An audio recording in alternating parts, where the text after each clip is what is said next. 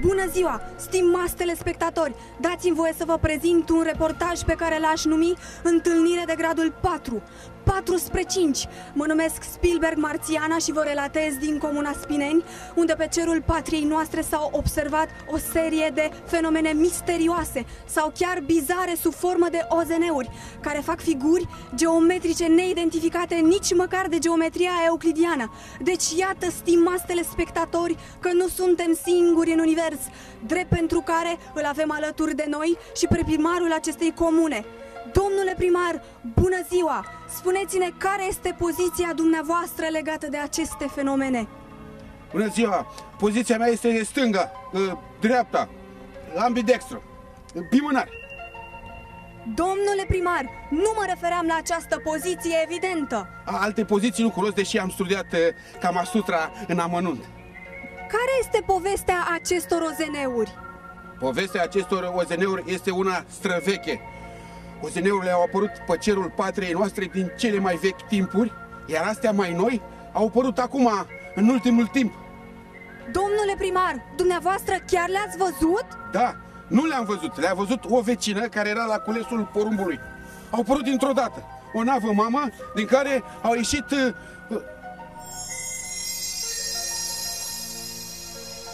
din care au ieșit 4 nave mici copii și 2 nave verișori. Nava tată era plecată la serviciu sau erau divorțați. Nu știu, că nu m-am băgat în viața lor intimă, gen Kama Sutra. Domnule primar, ce urmăreau aceste OZN-uri? Logic, ele urmăreau din propria mea experiență ori să ne ajute la culesul porumbului, ori să ne ajute la arăturile de iarnă, de toamnă. Dar cum să ar, domnule, ogorul cu OZN-urile?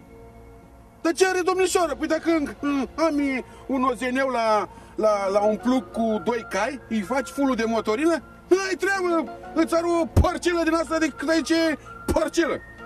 Să înțeleg că ați intrat în contact cu alte civilizații. Normal, oral, adică îi chemam așa, cicân, hai la tata, cuțu. Și ei veneau? Veneau ca oile la mulți, se îmbulzeau. Și îi mulgeați?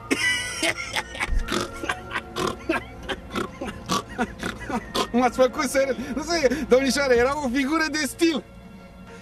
Cum? Ei sunt foarte prietenoși, până când se enervează și încep să se taie cu laserele, ca la tochitură. Dar numai între ei.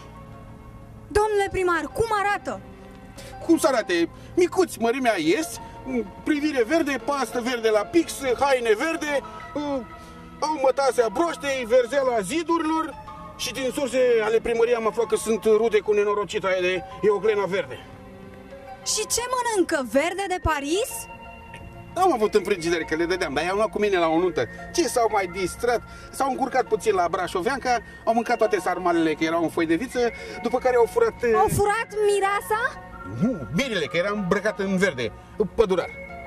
Care este proiectul la care lucrați acum?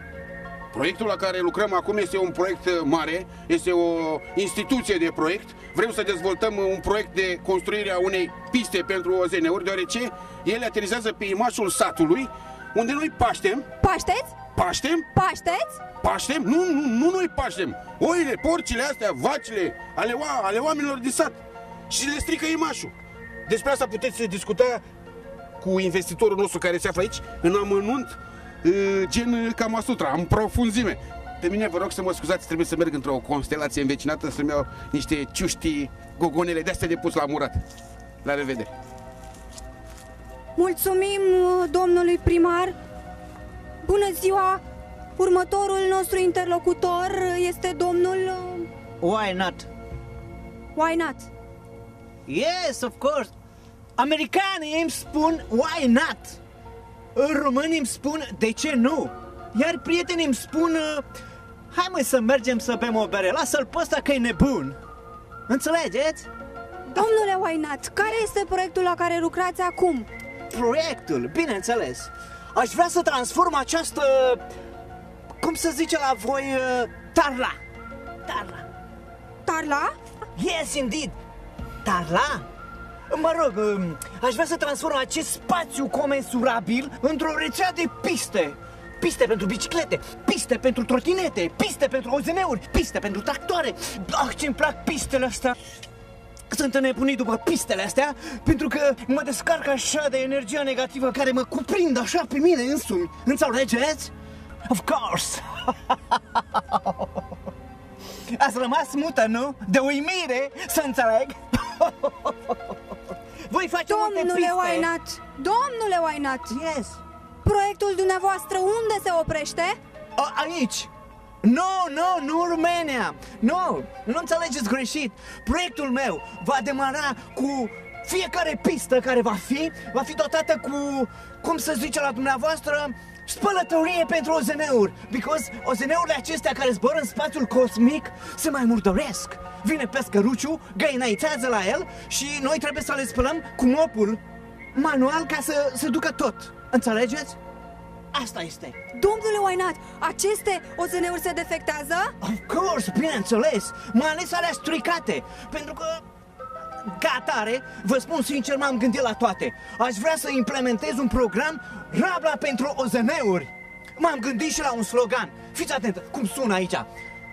Ieftin, gratis și mereu, ia-ți prin noi un OZN. Wow, of course, because... Nu vedeți, unde vedeți ghișeftul aici?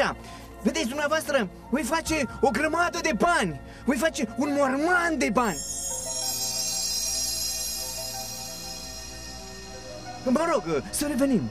Voi face un OZN de bani. Vă dați dumneavoastră seama, domnișoară, un OZN de bani. Mulți bani voi face. Pe mine vă rog frumos să mă scuzați. Mă sună investitorii, mă pipăie. Of course. Just a moment, please, now. Yes, indeed. Of course. Oh, yeah. Deci, domnișoară, eu nu mai pot să stau, because mai am 5 licitații de câștigat și trebuie să plec. La revedere. Mi-a părut bine. Să fiți sănătoasă.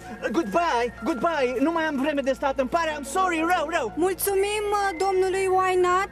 În acest moment ne îndreptăm la fața locului. Dorim să vedem în ce stadiu sunt lucrările.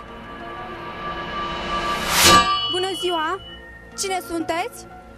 Sunt domnișoara Monopolica, inginer constructor din tată în mamă și din mamă în canal Dunărea-Marea Neagră și construiesc. Ce lucrări ați efectuat până acum? Dacă îmi permiteți să reamintesc unele din cele mai importante lucrări ale mele. Marele zid chinezesc, zidul Berlinului, zidul Londrei și acum construiesc un zid mai mic la ăștia din Luxemburg. Și alte lucrări? Alte lucrări. Casa Poporului și cele 9 minuni ale lumii. Dar sunt 7. Nu, au fost 9. Una s-a stricat, una am pierdut-o. Da, piramidele Titanicului. Titanicul? Dumneavoastră ați construit Titanicul? Înainte să se scufunde. Și când doriți să demarați lucrările?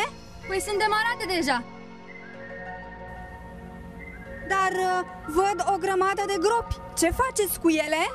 Păi o parte le astupăm cu pământ, o parte le îngropăm în pământ și ce ne mai rămân le lăsăm de o parte și de alta pistei, ca să nu zică extraterestri că n-avem și noi peisaje.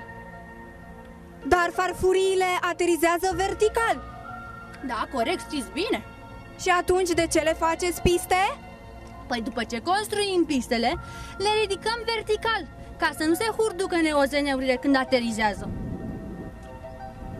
Am înțeles. Mulțumesc, doamna... Domnișoara Monopolica. Domnișoara Monopolica, mulțumesc. Bună ziua! Dumneavoastră cine sunteți? Eu sunt răpitul. Care răpit? Răpitul din Serai? Exact. Răpitul de la nuntă. Care nuntă? Exact. Nunta mea cu nevasta mea, care au venit ei să mă ia. Sunteți pădurarul! Exact. Și v-a dus pe planeta lor. Exact. Și ce ați făcut acolo? Exact. Și ce ați făcut acolo?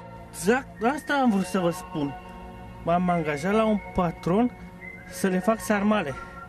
Sarmale verzi? În foi de viță? Exact. în foi de... Exact, în foi de varză. Și?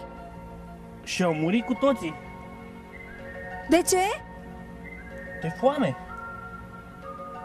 Și cum ați ajuns acasă? Exact cum am ajuns acasă. Pe jos. Pe sus.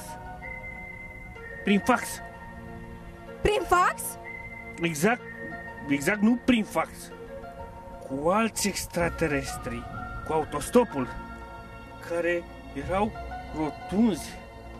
Ca niște sfere. Orbi. Surzi.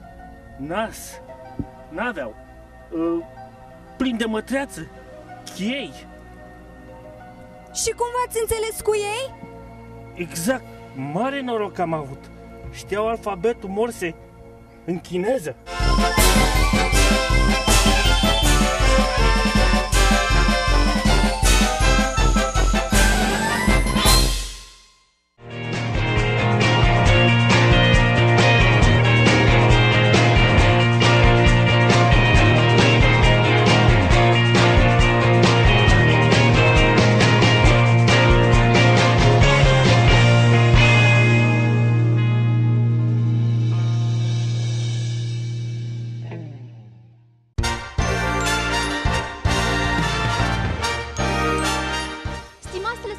Ne aflăm cu carul de reportaj într-una din comunele parției noastre, unde primarul și-a ridicat o statuie. Von Stevie, Lucius von Stevie, Rodin.